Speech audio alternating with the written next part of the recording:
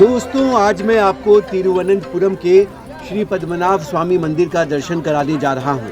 शहर के बीचों बीच स्थित भगवान विष्णु को समर्पित ये मंदिर अपनी सुंदरता और भव्यता के लिए दुनिया भर में प्रसिद्ध है। इसे दुनिया के सबसे अमीर मंदिरों में शुमार किया जाता है। कहा जाता है कि इसके तहखानों में अब भी अरबों का खजाना रखा हुआ है। मंदिर के गर्भगृह में भगवान विष्णु भुजंग सर्प अनंत पर लेटे हुए हैं। इन्हीं के नाम पर शहर का नाम तिरुवनंतपुरम रखा गया है। ये मंदिर हमेशा अपने रहस्य को लेकर सुर्खियों में रहता है। खासकर इसके गुप्त और रहस्यमय तिजोरी की हमेशा चर्चा होती है। मैं आपको इस मंदिर की पूरी कहानी सुनाऊंगा। ये मेरी केरल कथा का चौथा अध्याय है। आपने पिछले 3 वीडियो में देखा होगा कि मैं कोवलम बीच के पास अपने अंकल के साथ एक होम स्टे में रह रहा हूँ।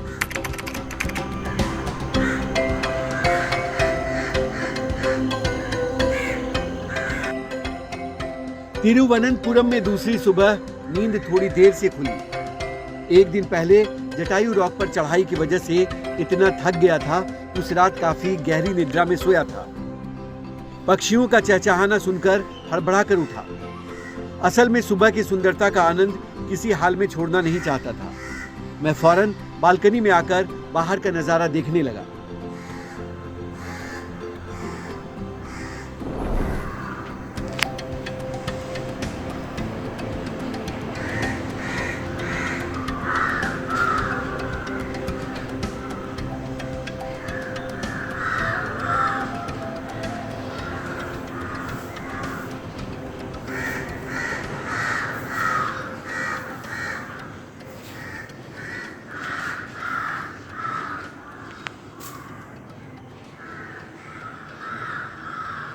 Good morning. Second day, same वही माहौल, वैसी आंखें खुली पक्षियों की आवाज़ से।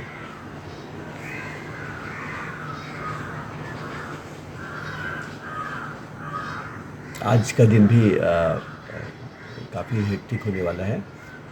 सबसे पहले तो हम लोग आज भगवान के दर्शन के लिए जो आए हैं, तो दर्शन के लिए जाने वाले हैं और फिर लंच, और उसके बाद सेकंड पार्ट में फिर आज बीच का प्लान है।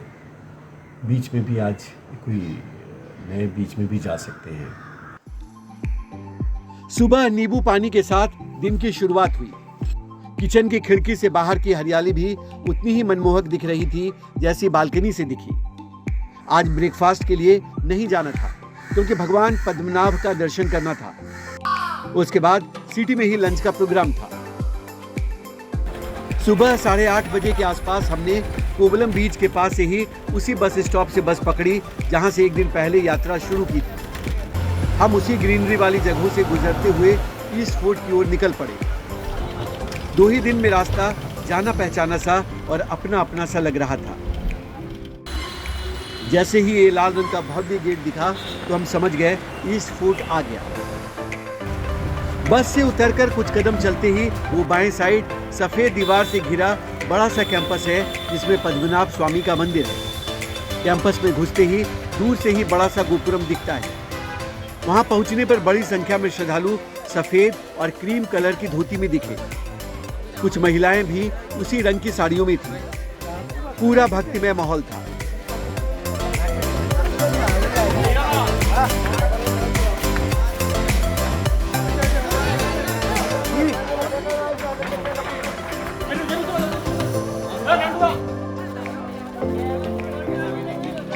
दरअसल मंदिर में प्रवेश के कुछ सख्त नियम हैं। पुरुषों को धोती या मुंडू पहननी पड़ती है, जबकि महिलाओं को साड़ी या मुंडू में ही प्रवेश की अनुमति है और किसी भी लिबास में प्रवेश वर्जित है। धोती कैंपस में ही किराए पर मिल जाती है, लेकिन हमने नई धोती और अंग वस्त्र खरीद लिए। उसको धारण करने के बाद दर्शन के लिए तैयार हुए।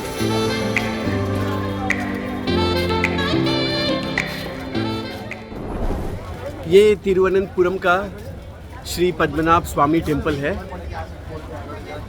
ये शहर के बीचों बीच ये सैकड़ों साल पुराना ये मंदिर है, जिसका 1733 में इसका जीर्णोद्धार किया गया, इसका पुनर्निर्माण किया गया और इसका इतिहास काफ़ी पुराना है। तो मैं उसी श्री पद्मनाभ स्वामी मंदिर में हूँ और अभी दर्शन पूजन करने जाने वाला हूँ। वहाँ पे कैमरे की इजाज़त नहीं है, तो बहुत अच्छा लग रहा है। ये मंदिर भगवान विष्णु के 108 पवित्र मंदिरों में से एक, जिसे भारत का दिव्य देशम भी कहते हैं। स्कंद और पद्म पुराण में भी इसका संदर्भ मिलता है। मंदिर की उत्पत्ति के बारे में इतिहासकारों की अलग अलग राय है। माना जाता है कि इस मंदिर का इतिहास महाभारत काल से जुड़ा हुआ है। श्री कृष्ण के बड़े भाई बलराम भी इस मंदिर में आए थे। मान्यता है कि मंदिर की स्थापना 5000 साल पहले कलयुग के प्रथम दिन हुई थी। कुछ लोग कहते हैं कि ये मंदिर 8वीं शताब्दी का है। अभी का जो स्ट्रक्चर है वो 18वीं शताब्दी में त्रावणकोर के महाराजा मार्तंड वर्मा ने बनवाया था। इसके पीछे भी एक कहानी है। बाद में राजा ने अपनी संपत्ति और सब कुछ भगवान विष्णु के प्रति समर्पित कर दिया था। साल 1750 में महाराज मार्तंड वर्मा ने अपने आप को भगवान का दास बताया और पूरा त्रावणकोर राज्य भगवान पद्मनाभ को समर्पित कर दिया। उन्होंने घोषणा की कि राज परिवार भगवान की ओर से राज्य का शासन करेगा।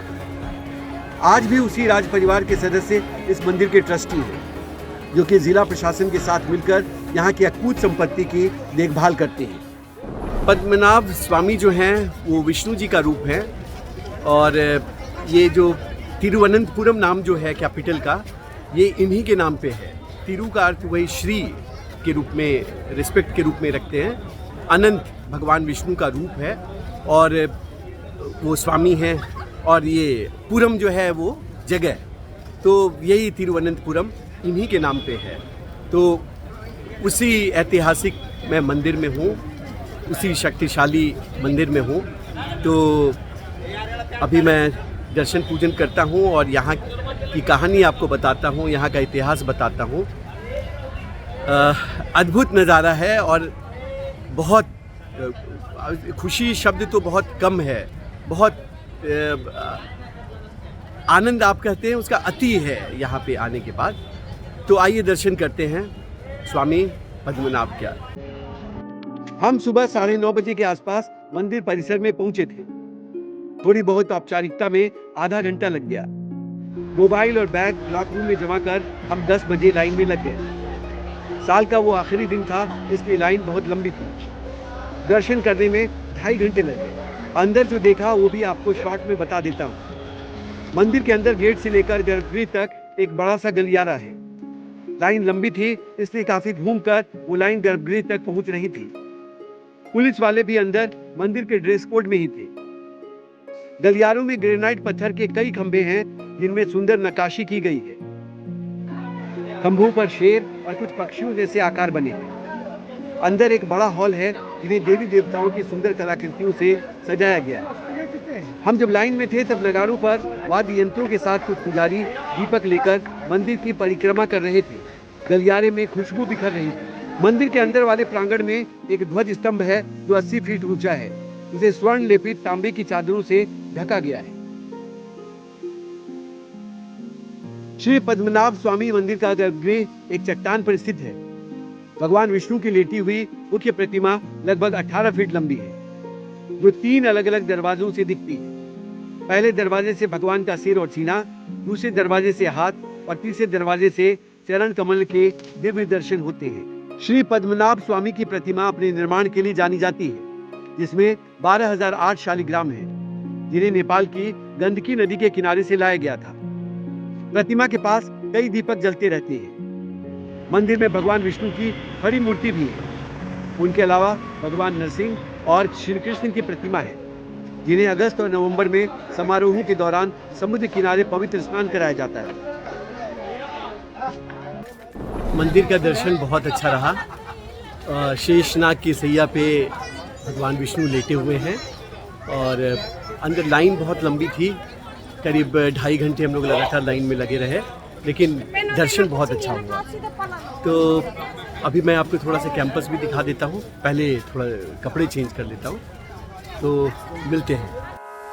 ये मंदिर अपनी सुंदरता और वास्तुकला के साथ अपने रहस्य के लिए भी जाना जाता है, खासकर यहाँ की रहस्यमयी तिजोरी। कहा जाता है कि मंदिर में 6 तहखाने या वॉल्ट मौजूद हैं। उनको लेकर मामला एक बार सुप्रीम कोर्ट तक भी पहुंचा था, जिसके निर्देश के बाद गठित कमेटी ने 5 तहखानों को खोला था, जिनमें हीरे जवाहरात के साथ कीमती रत्न और पत्थरों के साथ साथ 1 लाख करोड़ रुपए से ज्यादा की कीमती धातुओं से बनी मूर्तियां और सिंहासन मिले थे। लेकिन तिजोरी बी को नहीं खोला गया था, क्योंकि उसको लेकर विवाद हो गया था। मंदिर ट्रस्ट परंपरा का हवाला दे रहा था। कहा जाता है कि उस तिजोरी का खजाना अभिशाप से बंधा है। तहखाने में उस छठे दरवाजे जिस पर सांप का चित्र उकेरा हुआ है, उसको लेकर कई कहानियां प्रचलित हैं कि जो कोई भी उसे खोलने की कोशिश करेगा उसे कई समस्याओं का सामना करना पड़ेगा। या ये भी कहा जाता है कि एक खास मंत्र से सही उच्चारण के साथ ही उसको खोला जा सकता है। कई लोग ये भी कहानियां सुनाते हैं कि कोई अदृश्य शक्ति के साथ साथ सांप उस तिजोरी की रक्षा करता है। प्राचीन समय में किसी ने उसको खोलने की कोशिश की थी, उसे सांप ने डस लिया था।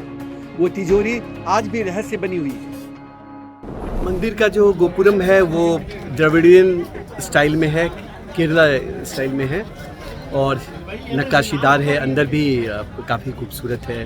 वो कारीगरी जो है उसकी बहुत अच्छी की गई है।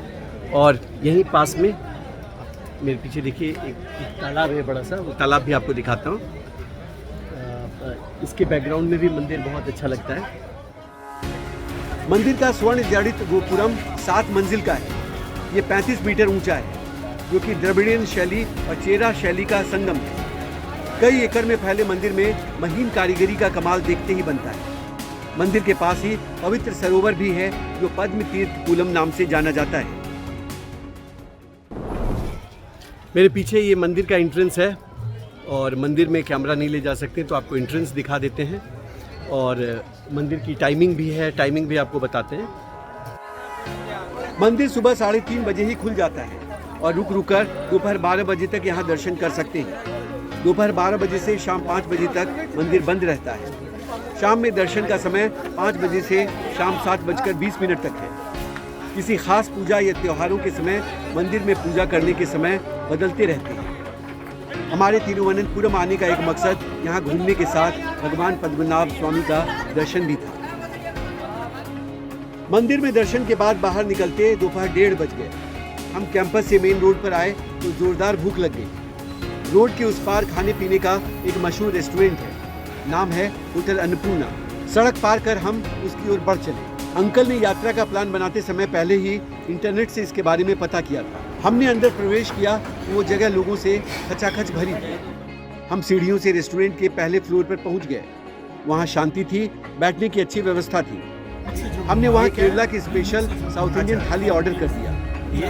हमने वहाँ सर्व करने वाले एक स्टाफ से तरह तरह के व्यंजनों के बारे में पूछा। ये सिर्फ बोलता है केरला में का ये सिर्फ बोलता है। अच्छा चना ये पत्ता गोभी। अच्छा आड़ा पैसा केरला में इसमें आड़ा पैसा स्वीट। अच्छा स्वीट और ये बोलता है गरम थोड़ा स्पाइसी करिए। अच्छा और ये नींबू का अच्छा।